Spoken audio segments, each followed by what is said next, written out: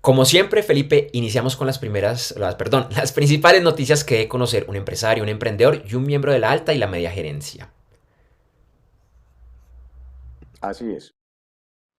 La Reserva Federal, la Fed de los Estados Unidos, tomó medidas para controlar la inflación de la economía estadounidense, ajustando el alza de las tasas de interés y reduciendo el balance de la reserva, lo que ha implicado una desestabilización en las operaciones de acciones y bonos. Esto lleva a que el índice Nasdaq retrocediera un 8% en las últimas 10 negociaciones de la semana pasada y las operaciones con los bonos del Tesoro se redujeron en un 2,3%. Por otro lado, las solicitudes de subsidios de desempleo aumentaron de forma importante en los Estados Unidos, al registrarse 286.000 solicitudes en la semana del 15 de enero. Esto apunta a los efectos de la variante Omicron del coronavirus y se espera que este aumento en las solicitudes sea de forma temporal, ya que las empresas están desesperadas por retener y atraer talento en medio de la actual escasez de mano de obra. Por otro lado, el mercado de bienes raíces en los Estados Unidos se registró una desaceleración del 4,6% en la venta de vivienda usada y un aumento de precios del 15,8% respecto al año inmediatamente anterior.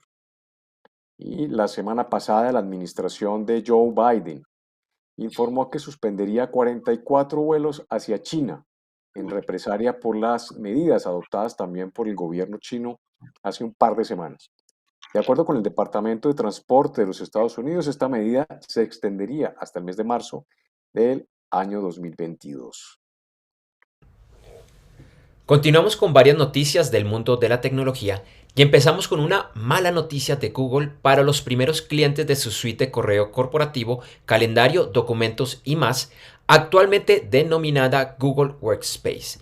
Este servicio empezó en el año 2006 y ofrecía este servicio inicialmente de forma gratuita, algo que fue así hasta 2012 cuando se dejó de ofrecer dicha versión gratuita a nuevos clientes. Google permitió a sus clientes con la versión gratuita continuar de esta forma, aunque con algunos limitantes frente a la versión paga. Sin embargo, la semana pasada, la empresa informó que las cuentas gratuitas deberán escoger un plan pago en los próximos meses, si no, a partir del 1 de julio dejarán de funcionar. En otra noticia de Google, la semana pasada, la empresa solicitó a un juez de Texas que desestime una demanda presentada por ese y otros estados, en el que alegan perjuicios por la forma como esta empresa y Facebook manejan el negocio de la pauta online. La semana pasada se conocieron dos importantes noticias de compras en el mundo de los negocios. La primera se dio a inicios de semana, cuando Microsoft compró al desarrollador de videojuegos Activision Blizzard por 70 mil millones de dólares, la compra más grande de su historia. Y la segunda tiene que ver con el segmento de salud del sistema de inteligencia artificial de IBM, conocido como Watson, que será vendido a una firma privada llamada Francisco Partners por un monto desconocido. Recalcamos que esta venta no es por todo el sistema Watson, solo por los aplicativos relacionados al sector salud.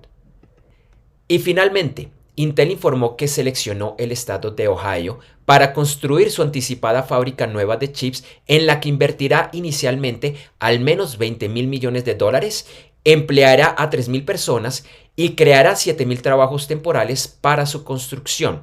Realmente serán dos fábricas en un inicio, aunque la idea es que a futuro sean 8, con una inversión total que podría sobrepasar los 100 mil millones de dólares y sería la fábrica más grande de fabricación de chips del mundo.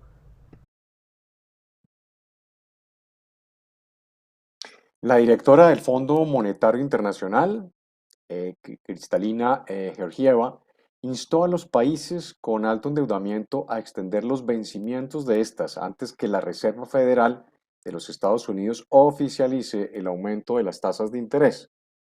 Esta invitación de la directiva del Fondo Monetario Internacional se da porque el 60% de los países de bajos ingresos tienen un nivel de endeudamiento muy alto y podrían poner en peligro su capacidad de nueva deuda si no actúan rápido. Por otro lado, dos de las empresas más relevantes y exitosas durante la pandemia vieron un importante descenso en el valor de sus acciones a finales de la semana pasada. Nos referimos a las acciones de Netflix, que cayeron un 20%, y las de Peloton, que cayeron un 24% antes de recuperar un 4% en su valor. Las dos empresas vieron aumentos significativos en sus ventas con la pandemia y con las personas buscando entretenimiento y ejercicios en casa, pero con el regreso poco a poco a la normalidad, ambas han visto una caída en sus niveles de nuevos usuarios. Y haciendo seguimiento a una noticia que reportamos en noviembre del año pasado y también la semana pasada, la Administración Federal de Aviación, la FAA de los Estados Unidos, informó que el 78% de los aviones que circulan en ese país podrán aterrizar de forma segura en aquellos aeropuertos próximos a las nuevas antenas de 5G en la denominada banda C. Esta declaración se da después de que varias aerolíneas manifestaran su preocupación con la interferencia que estas antenas programadas a entrar en servicio en los próximos días podrían causar con los equipos de radioayudas para el aterrizaje de los aviones. En Noticias de América Latina, iniciamos en Chile, donde el nuevo presidente de izquierda, Gabriel Boric, confirmó su gabinete de ministros el viernes. Los anuncios trajeron tranquilidad a los mercados, los cuales la prensa ha calificado como un, abro comillas, gabinete de centro, cierro comillas. La semana pasada, Pedro Castillo, presidente de Perú, firmó un decreto de emergencia después del derrame de petróleo causado por oleajes, a su vez causados por la erupción en un volcán en Tonga. El gobierno afirmó que este es el peor desastre ecológico que sufre Lima en los últimos tiempos.